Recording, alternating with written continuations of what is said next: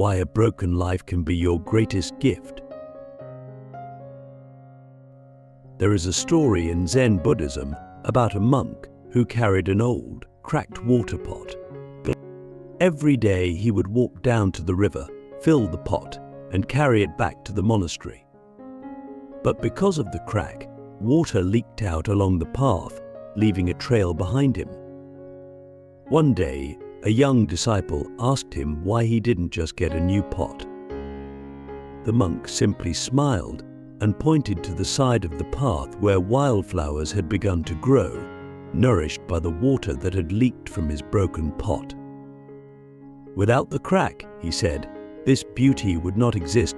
We spend so much of our lives trying to fix ourselves, to hide our imperfections, but to erase our struggles, as if they are stains on the fabric of who we are. We are told that brokenness is something to be ashamed of, that suffering is something to escape. But what if the very things we try to hide are the things that make us beautiful? What if our cracks, our failures, our losses, what if these are not signs of weakness, but signs of transformation? In Buddhism, suffering is not seen as a mistake. It is not a punishment, nor is it something to be avoided at all costs. It is a teacher. It is the doorway to wisdom, the path to awakening. The Buddha himself was not born enlightened. He was a prince who had everything, yet he still felt empty. It was only when he saw suffering, sickness, aging, death that he started to question the nature of life. It was suffering that led him to seek enlightenment. Without suffering, there would be no Buddha, no teachings, no wisdom to pass on. So ask yourself, if your life had been perfect, if you had never struggled, never lost, never broken down, would you be the person you are today? Would you have the same depth, the same understanding, the same ability to connect with others who are also struggling? We often think of brokenness as something that happens to us. A failed relationship, a lost job, a betrayal, an illness. These things come crashing into our lives, and we see them as disruptions, as obstacles to the happiness we were trying to build. But what if they are not interruptions at all? What if they are the path itself? Click subscribe to this channel to get more profound insights. Think about the moments in your life that changed you the most. Were they the easy moments, or were they the painful ones? The moments when everything fell apart, when you had no choice but to rebuild. There is a Japanese art form called kintsugi, where broken pottery is repaired with gold, making the cracks part of the design instead of something to be hidden. The idea is that the history of the object, its imperfections, its scars, these are what make it more valuable, not less. And yet, we don't see ourselves this way. We try to erase our past mistakes, pretend we were never hurt, act as if we have always been whole. But in doing so, we miss the truth that it is in the breaking that we become. That every piece of suffering we endure is shaping us into something new. The question is, will you allow it? Will you see your suffering as something to run from or something to learn from? Because there is a difference between being broken and being open. One leads to despair. The other leads to transformation. What happens when we stop resisting our suffering? What happens when we embrace the cracks instead of trying to cover them up? The alchemy of suffering, how pain transforms us into something greater. But there is a moment in every person's life when they stand at the crossroads of suffering. One path leads to bitterness, resentment, and despair, a life consumed by the weight of what has been lost. The other path leads to wisdom, resilience, and a deeper understanding of what it means to be alive. The difference between these two paths is not the suffering itself, it is how we choose to see it. Suffering is inevitable, but the meaning we assign to it is what determines whether it destroys us or transforms Zen Buddhism. There is the concept of dukkha, the fundamental truth that suffering is an inescapable part of existence. People grow old, relationships end, dreams collapse, and everything we cling to will eventually slip through our fingers. But suffering itself is not the real problem. The real problem is our resistance to it. We spend so much energy trying to avoid pain that we forget pain is not the enemy. It is the gateway. Think about fire. It can destroy, yes, but it can also purify. Gold is refined by fire. Without intense heat, it remains raw, unshaped, impure. The same is true for us. When suffering enters our lives, it burns away our illusions of control, of permanence, of certainty. And that is terrifying. But it is also necessary. Because without that fire, we remain asleep. We remain trapped in our small, comfortable worlds, never questioning, never growing. Consider the way a lotus flower grows. It does not rise from clear, clean water. It emerges from the mud. Thick, dark, suffocating mud. And yet, it reaches toward the light, untouched by the filth it came from. The Buddha used this as a metaphor for human suffering. We do not become wise, compassionate, or awakened by living easy, perfect lives. We become those things by moving through the mud and not allowing it to define us. But this is where most of us struggle. When life breaks us, we believe that we are now permanently damaged, that we are somehow less than we were before, that our worth is diminished because we carry scars. But what if the opposite is true? What if every scar, every wound, every moment of pain has the potential to make us more whole, not less? The great paradox of suffering is that it can either close us off or open us up. It can make us bitter or it can make us wise. If we let it, suffering can be the thing that teaches us the depth of our strength, the vastness of our compassion, the truth of our impermanence. But we have to be willing to face it, to sit with it, to understand it instead of running from it. This is where most people turn away. Because facing suffering means facing the parts of ourselves we would rather avoid. The insecurities, the fears, the regrets. But if we never look at them, they control us from the shadows. And so we distract ourselves. We numb ourselves with work, with entertainment, with anything that keeps us from sitting alone with our own pain. But pain does not disappear just because we ignore it. It festers. It grows. It shapes us in ways we don't even realize. So what happens when we stop avoiding suffering? What happens when we turn toward it instead of running away? We begin to see it for what it truly is, a teacher. When life falls apart, it forces us to ask questions we never would have asked otherwise. Who am I without this job, this relationship, this identity I clung to? What truly matters now that everything I thought was important has been taken away? What do I actually want? And in that questioning, we begin to wake up.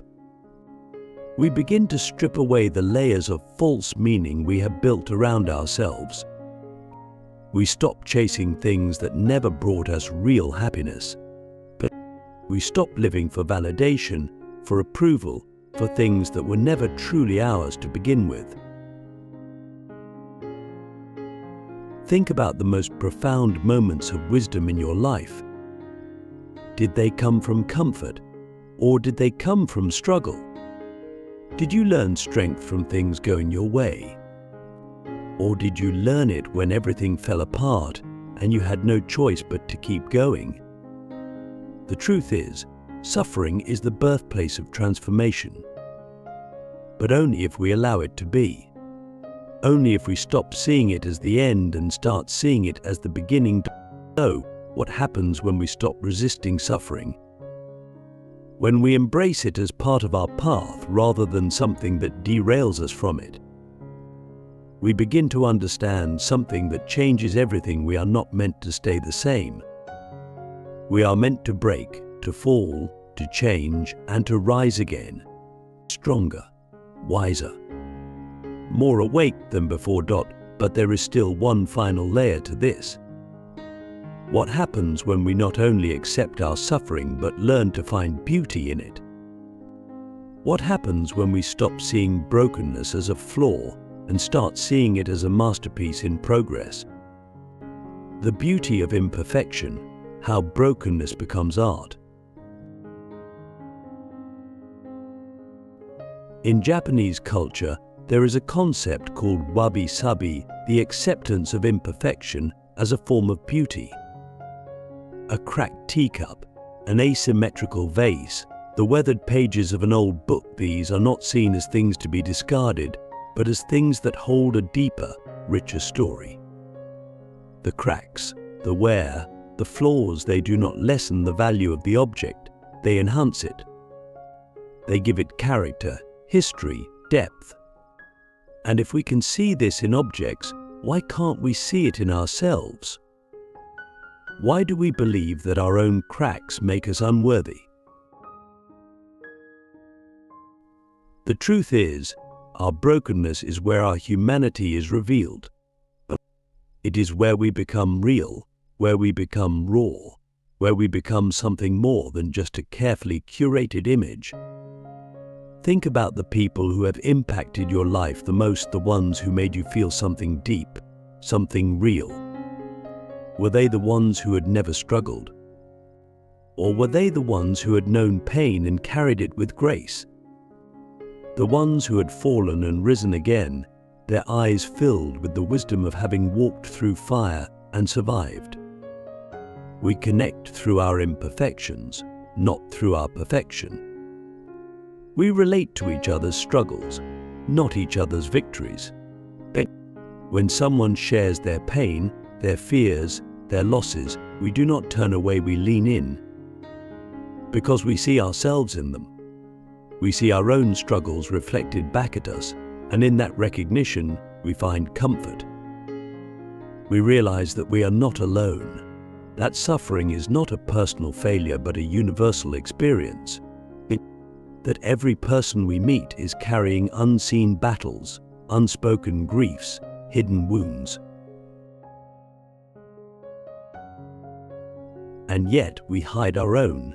We cover our scars, pretend we are whole, act as if we have it all figured out. But what if we didn't? What if, instead of hiding our brokenness, we embraced it? What if we saw our struggles as proof that we have lived, that we have felt deeply, that we have dared to love, to try, to dream? What if we understood that the most beautiful stories are not the ones without conflict, without pain, without loss, but the ones where the characters fall, break, and still find a way to rise? This is not about glorifying suffering or seeking pain for the sake of growth. It is about accepting that suffering is part of the human experience, and that within it there is meaning. Within it there is transformation. Within it there is a kind of beauty that cannot be found in a life that has never been tested. So what happens when we stop resisting our imperfections? When we stop seeing our brokenness as something to be ashamed of and start seeing it as the foundation of our strength, we begin to live more fully. We stop chasing an illusion of perfection and start embracing the raw, messy, unpredictable beauty of being alive. We start to see that every crack, every scar, every wound is not a sign of weakness, but a testament to resilience. But there is one last step in this journey: what happens when we not only accept our brokenness, but use it as a force for good? How does our suffering become a gift, not just for ourselves but for the world? Turning pain into purpose, how your struggles can heal the world. There is a moment in every journey of suffering when we face a choice. We can let our pain consume us, make us bitter, isolate us from the world. Or we can take what we have been through and turn it into something meaningful, not just for ourselves, but for others. This is how suffering transcends itself. This is how brokenness becomes something more than just pain. It becomes purpose. Think about the people who have truly changed the world, the ones whose words, actions, and presence have left an undeniable mark on humanity. Were they people who lived easy, painless lives? Or were they people who had known suffering, who had seen darkness, who had walked through fire and emerged not just alive, but with something to give back? The greatest healers are often those who have been wounded the deepest. The greatest teachers are those who have struggled to learn their own lessons. The greatest sources of light are those who have known darkness intimately.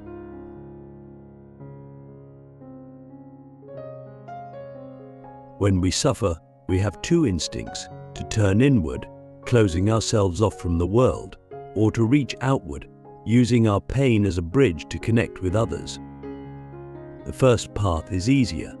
It is safer. But it is also lonelier.